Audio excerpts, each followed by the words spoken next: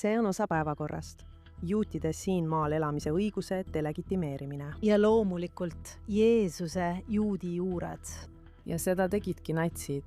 Nad muutsid Jeesuse aarlaseks. Mul on au tervitada Quad-intervjuudes Trisha Millerit, kes juhib ja töötab Kamera kristlikus teavitusprogrammis. See on organisatsioon, mis on pühendunud Lähis-Ida kajastamise täpsusele. Ja kui väga me seda praegu vajame, Trisha, tere tulemast! Aitäh, mul on hea meel siin olla, Floor. Mul on tõesti hea meel, et sa siin oled, sest me oleme aastaid koos töötanud, alates ajast, kui ma olin Jeruusalemma linnavalitsuses. Ja ma ei tea, kas see on ainult minu tunne, Trisha, aga mulle tundub, et viimasel aastal, ja ma ütleksin isegi, et alates Charlie Kirki mõrvast, midagi muutus või võib-olla kogunes midagi tasapisi. Ja maailmas käib väga salakaval, sihilik kampaania, et taaselustada kristlikku antisemitismi. Kas ma olen paranoiline? Ei, sa ei ole. Ja see tõesti kiirenes pärast Charlie Kirki mõrva, aga tegelik pöördepunkt oli 7. oktoober 2023. Räägi mulle, mis juhtus kristlikus kirikus või kristlikes kogukondades üle maailma? Noh, me kõik nägime massilisi meeleavaldusi kõigi suurte linnade tänavatel. Jah, 8. oktoobril. Ja samal ajal hakkasid kristlased mõtlema, mis toimub. Mitte kõik kristlased. Endiselt on miljoneid ja miljoneid evangeelseid kristlasi, kes on Iisraeli tugevad toetajad. Ja Siiski on see kogukond olnud rünnaku all. Nende toetus Iisraelile on olnud rünnaku all alates 1990-ndatest. tõesti. Aga pärast, see algas Palestiina kristlastega, kellel on väga organiseeritud päevakava ja väga viinev narrative. Ja nad teavad, kuidas kristlikus keeles rääkida. Ja nad on võtnud sihikule lääne kristlaste toetuse Iisraelile alates 1990-ndatest, eriti just evangeelsete seas. Sest just nii see peakski olema. Ja just seal see ongi. Aga pärast 7. oktoobrit, eriti pärast seda, kui Iisrael hakkas Gazasse minema, et Hamasi kõrvaldada, narratiiv muutus nii demoniseerivaks kõige suhtes, mida Iisrael teeb, et see pani kristlasi mõtlema.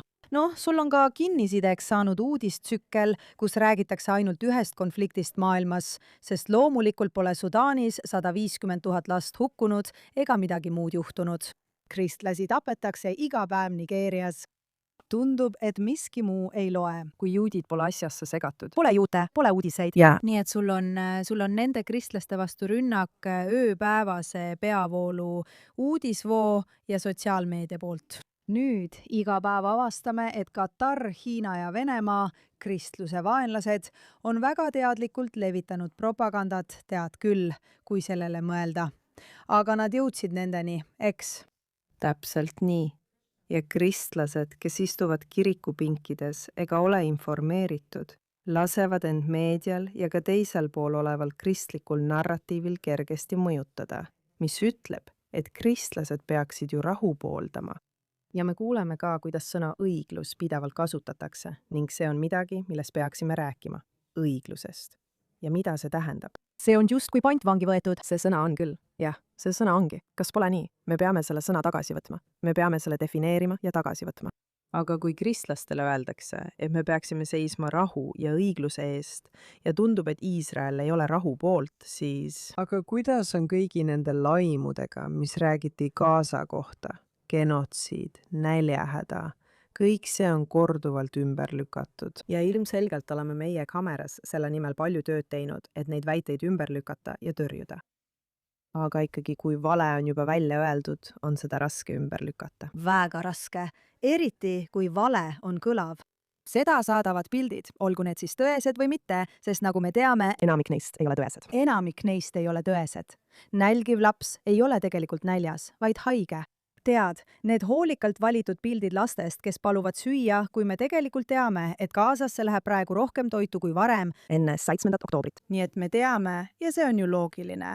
Andmed lükkavad need valed ümber. Aga see ei loe enam, sest asi on emotsioonides ja propagandas. Minu jaoks elame me nagu Joosep Goebbelsi aegadel enne teist maailmasõda. Nii jõudsimegi holokaustini. aga kristlikus kogukonnas toimub veel midagi muud, kas pole, Triša? See on kogu see katoliiklaste ja protestantide, katoliiklaste ja evangeelsete vastasseis, asendusteooria taas esile kerkimine. räägi meile sellest veidi lähemalt meie vaatajatele, kes teavad vähem kristliku maailma sisemistest asjadest. Olgu asendusteoloogia, nii me seda praegu nimetame. Aga tegelikult sai see alguse juba varakristlikus kirikus. Mõned varakristlikud kirikuisad hakkasid seda õpetama juba kiriku ajaloo 1. ja 2. sajandil. Nad ei nimetanud seda siis nii, kuid nad õpetasid, et juudid on neetud, et Jumal on juudid hüljanud, et kirik ja kristlased on Jumala plaanides võtnud juutide ja Iisraeli koha. Seepärast nimetamegi seda asendusteoloogiaks. See tähendabki põhimõtteliselt seda, et juudid ei ole enam valitud rahvas, vaid kristlased on, sest nad asendasid juudid, kui need Jeesuse tagasi lükkasid. Õige. Ma arvan, et see ongi see narratiiv. Eks, ja see tõuseb nüüd kindlasti taas esile, see on kogu aeg olemas olnud. See oli see, mis ajendas Saksa kirikut 30ndatel kaasa minema sellega, mis toimus. Ma mõtlen, nad tegelikult arvasidki, et juudid väärivadki seda. Jah, see toimus juba 10-20 aastat enne 30ndaid. See kogus taas hoogu. Tegelikult oli see kogu aeg hoogu kogunud. Jah, tegelikult 400 aastat, alates Martin Lutheri juuditeemalistest kirjutistest, toetusid Saksa teoloogid sellele tõsi. Aastaks 1900 oli see lihtne. Saksa kirik oli täiesti valmis sellega kaasa minema, sest nad arvasid, et juudid väärivadki seda. Ja minu mure on, et see toimub nüüd taas evangeelses kirikus. See on juba katoliku ja peavoolu protestantlikes kirikutes. See on juba üsna kaugele jõudnud.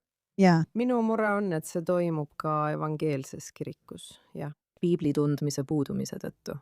Sest ei mõisteta, alates 1. Moosese raamatust, Jumala ja Abrahami vahel sõlmitud lepingut, mille Jumal sõlmis Abrahamiga, mis on igavene, kuid seda ei mõisteta kristlikust vaatenurgast. Absoluutselt. Aga kas see pole ka, Triša, vanusest sõltuv? Kas pole nii, et nad justkui sihivad peamist probleemi evangeelses kogukonnas, nimelt seda, et järgmine põlvkond aju pestakse? Jah, nii on. Ja mida nooremad on inimesed kirikus, seda vähem nad tunnevad piiblit. Kõige tugevam toetus Iisraelile on vanemates põlvkondades. Jaa. On olemas mitmeid kristlikke organisatsioone, kes teevad noorema põlvkonnaga head tööd. Jaa. Ja on ka silmapaistvaid noorema põlvkonna Iisraeli toetajaid. Jaa. Meil on lihtsalt rohkem vaja. Jah. Noh, me seisame lihtsalt suure vastuseisu ees. Kas pole nii? Räägi mulle veidi tööst, mida sa teed, et püüda sellele negatiivsele mürgile vastu seista, mis on kiriku teatud osadesse juurdunud. Noh, mis puudutab kamerat, siis kamera jälgib kogu meediat, inglise, hispaania, heebrea ja araabia keeles.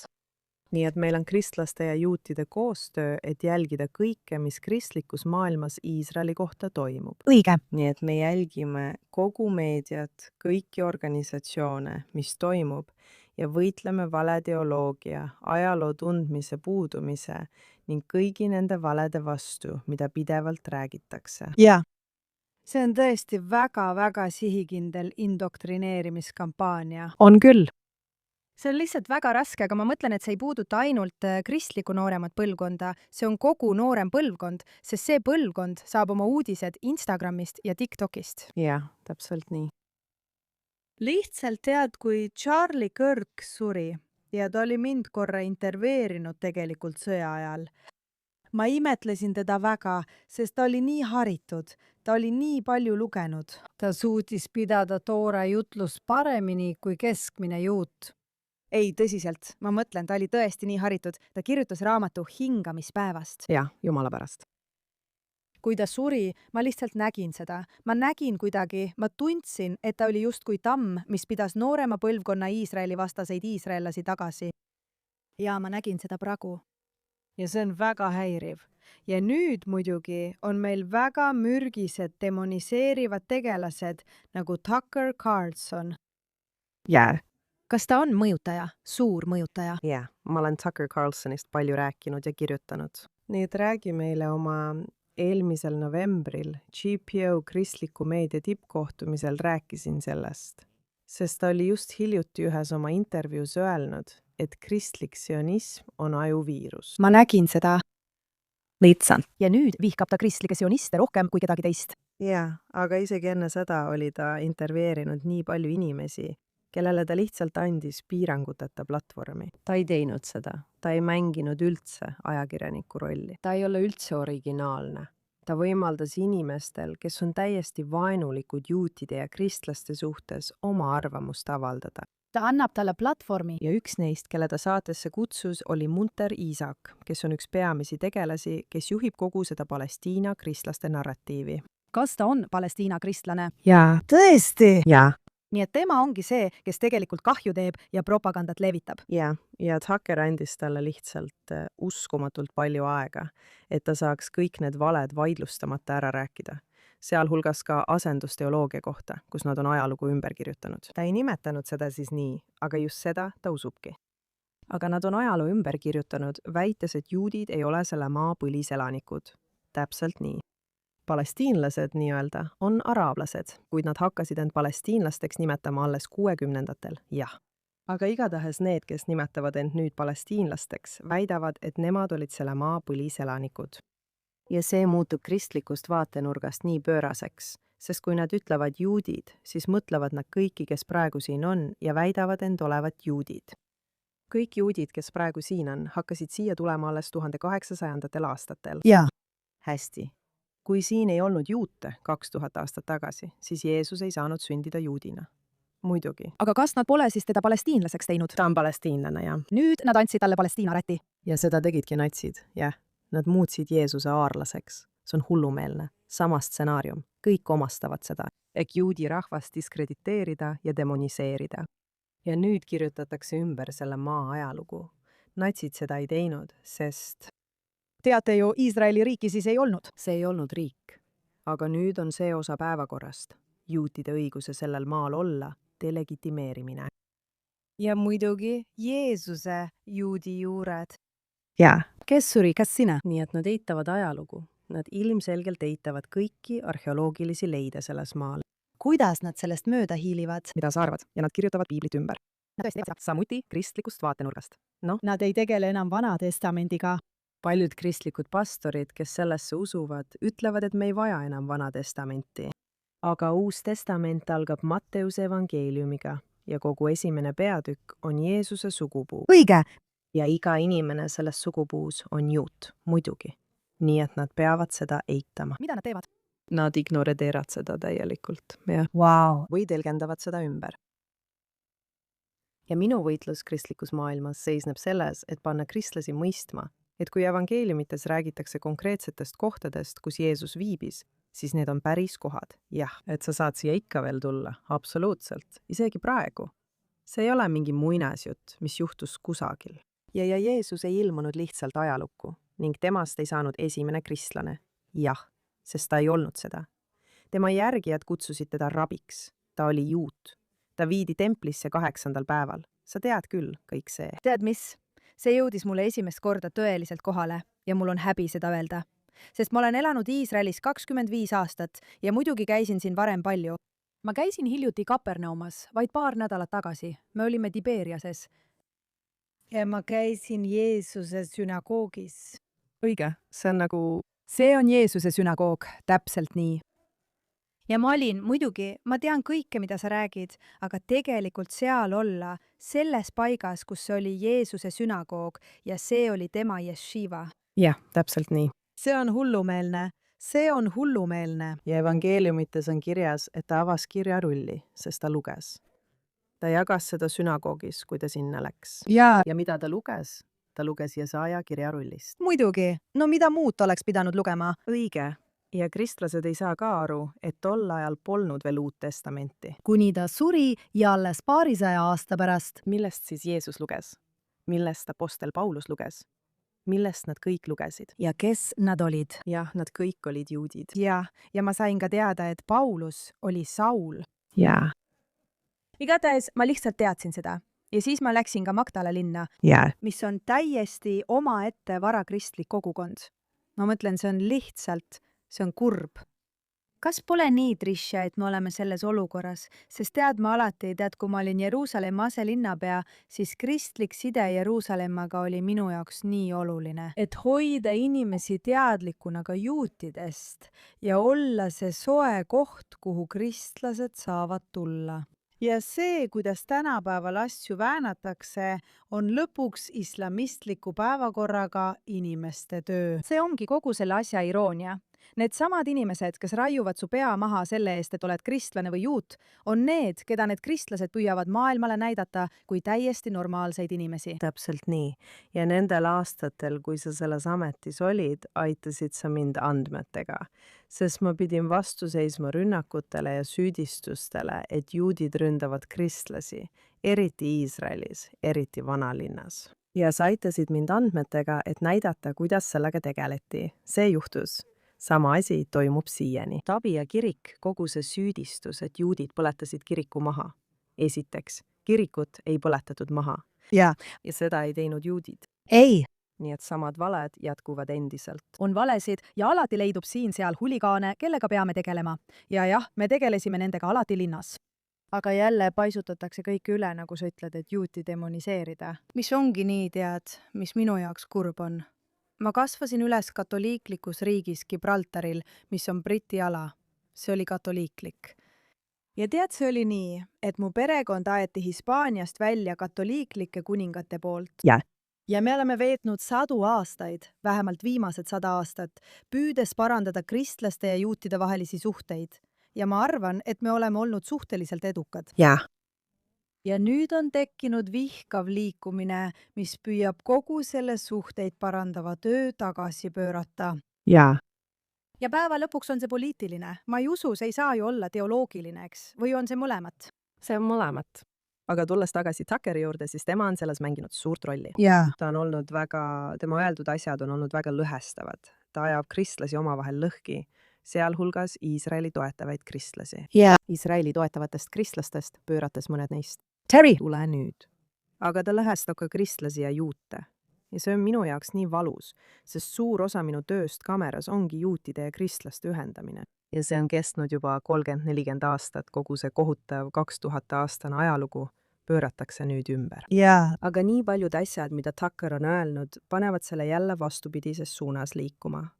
Panevad eriti juudid kristlaste suhtes kahtlust tundma. ja Jälle üks lahing, mida me oleme pidanud, on see, et juudid mõtlevad, miks kristlased neid tegelikult toetavad. Ja. Tead ja aidata neil mõista, miks. Aga teine asi on see, et ta pöörab kristlased juutide vastu, neid demoniseerides. ja Täpselt seda nad teevadki. Ja kas sa arvad, et ta teeb seda? Mida sa arvad? Kas ta teeb seda raha pärast? Ma mõtlen, kui sa sellele mõtled. Ma ei tea. sest ta ei olnud 10 aastat tagasi antisemiit. Võib-olla ta lihtsalt ei saanud seda siis välja öelda. Või äkki ta lihtsalt hoidis seda endas? Võib-olla ta ütleb seda alles nüüd, sest tal pole enam kellelegi aru anda. Ma ei tea, see on naljakas. Ma tean teda, ta oli Iisraeli fänn. See ongi see hull asi. See ei ole nii, ma mõtlen, kes teab, aga see ei ole nii, et ta oleks kodus üles kasvatatud selliseks. Jaa, ei, ma tean. Nii et ma ei tea, kas see on raha pärast, ma ei tea, kas see on sellepärast, et tal pole enam kellelegi aru anda. Ma ei tea, mis tema südames toimub. Aga kui ta väidab, et ma olen piiblit lugenud ja ma tean seda, siis tegelikult ta ei tea. Ta ei tea. Kõik, mida ta ütleb, näitab, et ta ei tea piiblist midagi. Ta kordab lihtsalt teiste juttu. Ta väidab, et teeb seda kristlasena. Ja see on minu jaoks väga solvav, sest ta ei räägi üldse nagu tõeline kristlane. Ja kas sa usud, Trisha, et me oleme juba halvimat näinud? Või sina? Tead, ma alati ütlen, et asjad lähevad enne paremaks saamist hullemaks. Kas need lähevad veel palju hullemaks? Või arvad sa, et inimesed hakkavad ärkama või me pole veel sinna jõudnudki? Ma ei tea, ma loodan nagu sinagi, et asi on nii hulluks läinud, kui minna saab, aga ma tõesti ei tea. Ma tean küll, et Tucker on osa oma vaatajaskonnast kaotanud, jah, ja ta on kaotanud osa oma toetajatest. Ja võib-olla on see märk, jah, et asi on nii kaugele läinud, et ta muutus nii halvaks, et inimesed pöörduvad ära. 80% või 90% tema saadetest on kõik Iisraelist. Ja ta ütleb, miks kõik räägivad Iisraelist? Tal on kinniside. Tal on kinniside. Nagu kõik vihkajad, neil on kinniside. Kinnisidee. Antisemitismis saab, nagu Charlie ütles, ajuviirus. Jah. Adjumedenik. Adjumedenik. Nad näevadki ainult seda. kogu maailma näevad nad läbi selle antisemiitliku prisma. Tead, ja nagu sa enne mainisid, kõik muu, mis maailmas toimub, ei loe. isegi siis, kui nad on vastu kristlastele, keda ta väidab esindavat ja kaitsvalt. Ja teda ei huvita. Teda ei huvita. Aga kui ühe kristlase peale vanalinnas sülitatakse, siis nende arvates on see tüüpiline igale juudile kõikjal. See demoniseerimine. Ja nagu sa ütlesid, on vaid mõned huligaanid. Jah, mõned juhtumid tõesti juhtuvad, aga nendega tegeletakse alati. Alati. Inimesed arreteeritakse kohe ja nendega tegeletakse. Absoluutselt. Ja neid juhtumeid on tõesti väga-väga vähe. Jah. Ja ometi just see jõuabki pealkirjadesse. Trisha, mis annab sulle lootust selles töös, mida sa teed? Noh, tulles Iisraeli, see on üks asi, mis annab mulle palju jõudu. Mind tugevdab väga siin olemine.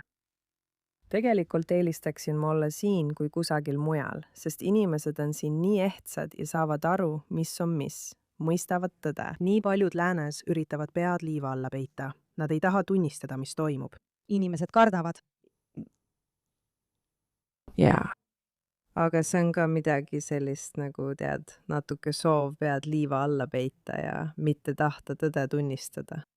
Siin olemine annab mulle suurt jõudu ja lootust. Ja samuti kõik kolleegid, kellega saan töötada nii juudi kui ka kristlikus maailmas, kes saavad aru, mis on mis.